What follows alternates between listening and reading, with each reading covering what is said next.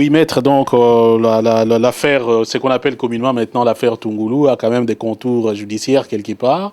Et ici en Belgique, on a appris qu'il y a eu saisine en urgence d'un tribunal ici en Belgique. Qu'est-ce qui a justifié d'abord une telle action? Et les deux, mais comment pourrait-on comprendre justement la suite des événements? Il faut reconnaître que quelques heures après avoir pris connaissance du décès et des circonstances dans lesquelles tout ceci s'est déroulé, le sénateur Jean-Pierre Bemba m'avait effectivement dépêché auprès de la famille pour présenter ses condoléances. J'avais eu l'occasion de rencontrer Maman Philo et les membres de la famille. Dans l'urgence, effectivement, j'avais commis un huissier de justice qui s'est rendu à l'ambassade du Congo pour notifier une mise en demeure réclamant sans délai le rapatriement de la dépouille mortelle auprès de la famille en Belgique. Ce huissier de justice n'a pas été reçu par les autorités de l'ambassade qui ont estimé n'est pas ni accepté son exploit qui était déposé conformément à la loi. Ils n'ont même pas accepté d'accuser réception de l'exploit en question.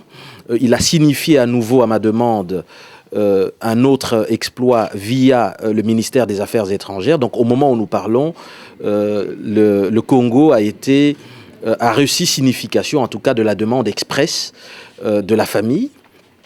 Et ce qui est important ici, c'est que lorsque l'on regarde les circonstances dans lesquelles les faits se sont déroulés, il faut rappeler d'abord que M. Armand avait le droit d'être détenu dans un lieu sous contrôle judiciaire, donc ce qui ne pouvait pas être le cas d'un camp militaire.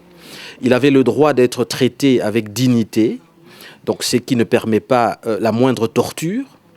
Il existe d'ailleurs une convention internationale contre la torture qui a été ratifiée par la RDC. Et il faut savoir surtout qu'il avait le droit d'être conduit devant les tribunaux compétents par rapport aux faits qui lui étaient reprochés. Et donc, l'échange que j'ai eu d'ailleurs à cet égard avec les sénateurs Jean-Pierre Bemba revenait finalement à se poser une question qui nous interpelle tous. Est-ce qu'aujourd'hui, le Congo réunit tous les critères pour être considéré comme un État au regard de la conception moderne d'un État en droit international public? Il faut savoir que sans justice à laquelle Armand a été privé, on ne peut pas considérer que le Congo soit encore un État. Et donc, finalement, le message qui est celui du sénateur Jean-Pierre Bemba, c'est de redire son engagement, qui est de refonder un État de droit au Congo, mais c'est aussi, finalement, de dire que la dépouille mortelle doit être restituée à la famille, être rapatriée, selon le vœu de la famille, en Belgique, et que c'est un droit fondamental de la famille. C'est aussi finalement le droit de Armand de pouvoir bénéficier de funérailles qui se pratiquent dans des conditions de dignité. Mais il ne faut pas oublier aussi que la famille a droit à une réparation par rapport au préjudice qui a été subi. Voici en tout cas en un mot la préoccupation du sénateur Jean-Pierre Bemba. Prenons l'hypothèse où le gouvernement congolais accepte d'abord de remettre le corps à la famille et qu'il accepte également le rapatriement. Il se pose un problème de moyens. Qui va rapatrier? Est-ce le gouvernement congolais? Est-ce la famille? Ou y a-t-il un autre mécanisme?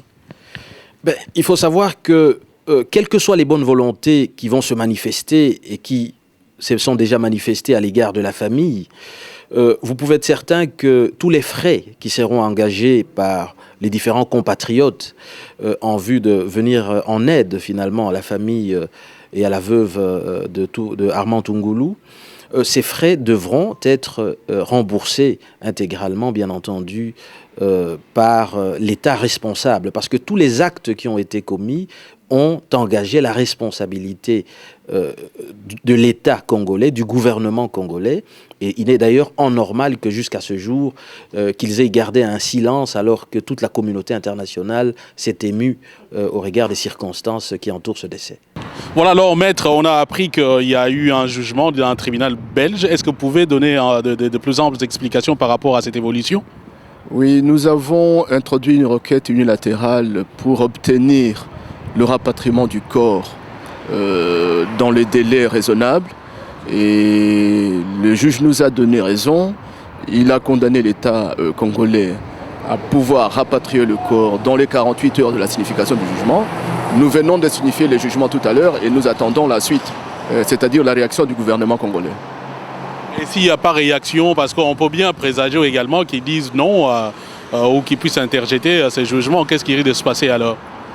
Nous examinerons les éléments légaux à notre disposition pour contraindre le gouvernement à pouvoir s'exécuter. C'est ce que nous allons faire. À l'état actuel des choses, nous ne pouvons pas spéculer sur ce qu'ils vont faire. Nous attendons qu'ils fassent quelque chose parce que de toutes les façons, ils seront informés de la décision de manière officielle demain ou après-demain. Mon huissier est en train de s'en occuper. Il semble que cette décision est assortie également d'une astreinte de 25 000 euros. Pour certains profanes, ils ne comprennent rien. Qu'est-ce que cela signifie? C'est-à-dire que si le gouvernement congolais refuse de s'exécuter conformément au dispositif de l'ordonnance, il va devoir payer 25 000 euros d'astreinte par jour de retard. Si ils sont informés aujourd'hui ou demain et qu'ils ne s'exécutent pas, après-demain, ils vont devoir payer 25 000 euros chaque jour durant toute la période pendant laquelle ils ne vont pas s'exécuter. C'est ça ce que ça veut dire. 25 000 euros d'astreinte par jour, c'est ça. Et maintenant, le gouvernement, c'est au Congo aussi, refuse de payer. Comment comptez-vous récupérer cet argent? Mais nous sommes suffisamment, je dirais, informés pour savoir comment ils vont s'exécuter. Et pour ça, ne vous en faites pas.